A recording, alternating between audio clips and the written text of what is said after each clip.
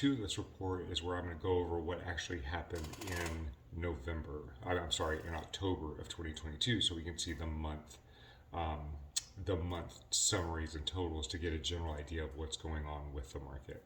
All right, so we're with the um, monthly overview of what happens in the real estate market. We are looking at lag measures versus lead measures. Okay, so what I mean by that, when we're looking at our weekly market reports, we're looking at the numbers that are leading and showing us what's happening in the market as close to present as possible. So we're looking at number of properties under contracts, new inventory, new properties that are pending, just kind of market activity that's happened in the past 7 days.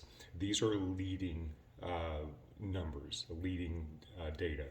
Lagging data is the data that shows us what's happened in the past. So for these monthly market report summaries, what we're looking at is the number of sales, the median sales price, basically tracking the numbers of what happened over that 30 days. So if you look at, for example, a sales price, a closed sales price, that closed sales price is giving us data from 30 days ago up to 60 or 90 days ago, depending on when the property went under contract. So leading is giving us this data back here. That's our 7-day weekly market report. Lagging is back here to give us a historical view of what's happened. So that's why we do both of these reports, so we can see what's happening currently, so we can make real-time decisions, but then also look at what the trend is of the market. Okay, so let's get into part 2 of our market report with our summaries. So for October 2022, you can see the number of new listings that we had was 197 listings. So the inventory was significantly lower than October of 2021. They had 367 in October of 2021. So market activity has definitely come down. These interest rates have just crushed all that buyer activity that was out there. And the sellers are seeing that, so they're holding back. So that's why there's very little competition on the sales side and the buy side. Because if you look at the number of sales, October of 2021, we had 326 sales, whereas October 2022, we only had 112. And I went back historically and I looked through as far back as 2013, and in October we tend to stay in the mid 200s with regards to an average October. So this is a significantly lower amount of activity for October, even pre-pandemic. Okay, so what does this mean?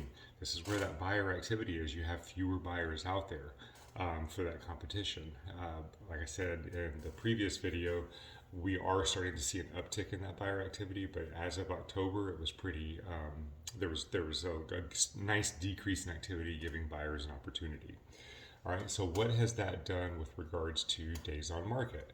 Well, when you look at the days on market, you'll see that in October 2022, we went to 37 days on market. Now, September, we were at 55 days on market, so it started coming back down again. It's not as low as it was here, but it's back into the 30s. October 2021, it was 42 days on market. So it's not a huge difference, but it just shows that properties are still moving fairly quickly, and there's not much of a change as far as time on the market. Months of inventory. So months of inventory, this is our absorption rate, and basically anything 6 months and under is considered a seller's market. Anything 6 months and above is considered a buyer's market. This shows us that if no more inventory came onto the market, how long would it take at the current pace to sell through everything? And right now that number is 5 months. So it is a significant increase from June to August. September we were in at 4 months, which was kind of average over here. And then now we hit 5 months in October. Now October of 2021 was 4 months. September of 2021 was 5 months. So there's some variation. They're kind of swapped here, but it does show that September and October tend to be a slower time in the market. So this could be a seasonal fluctuation, but we obviously saw, that there's a significant decrease in activity on the previous number with the number of transactions. Now, if inventory had been normal and we had that number of transactions, then this month's of inventory could have been 6-7 months of inventory. Or I'm sorry, 6-7 months of inventory. So that would have put us into a strong buyer's market.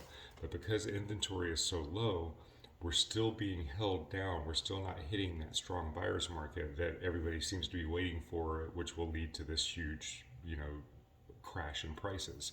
That low inventory versus demand is keeping us in a stable market. And these numbers are showing this. So, for example, median sales price.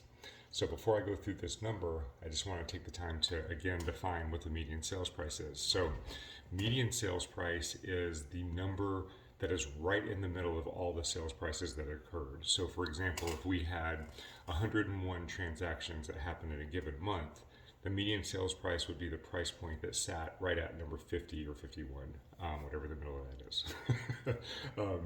But that would be the median sales price. So you would put the sales prices in order, from least to greatest, and then the exact number that is in the exact middle as far as the number of transactions. So let's say, for example, we had 13 transactions. Okay, there would be 6 transactions below it, and let's say these 6 transactions below it were ranging from 100,000 to 400,000.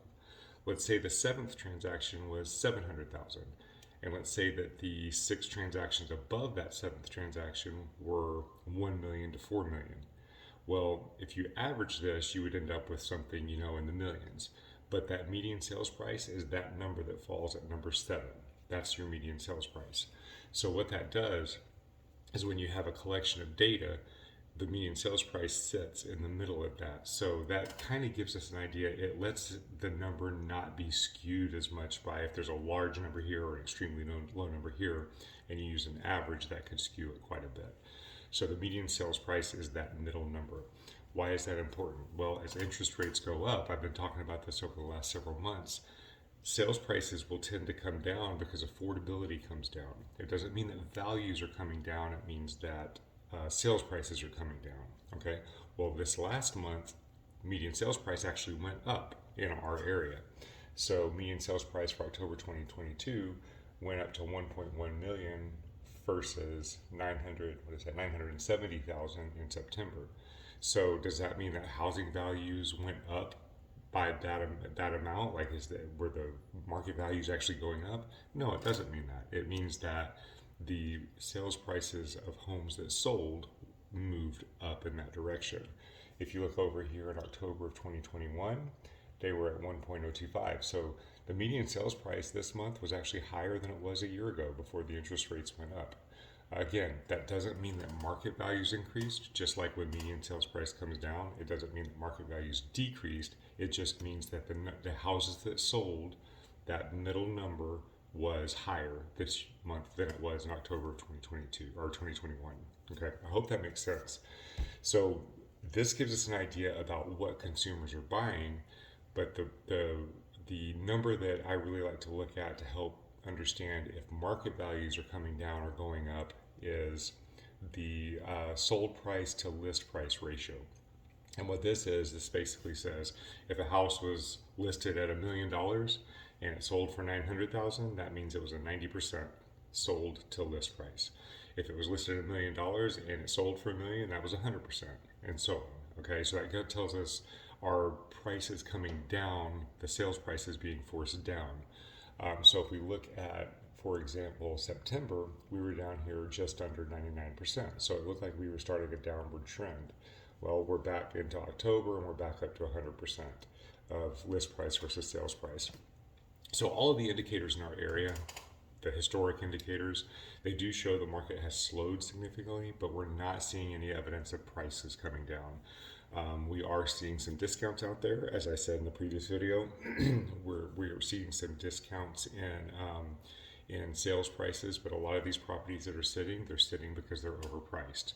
So that's where the opportunity lies, but the actual market values do not seem to be coming down at this point, even with the increase in interest rates.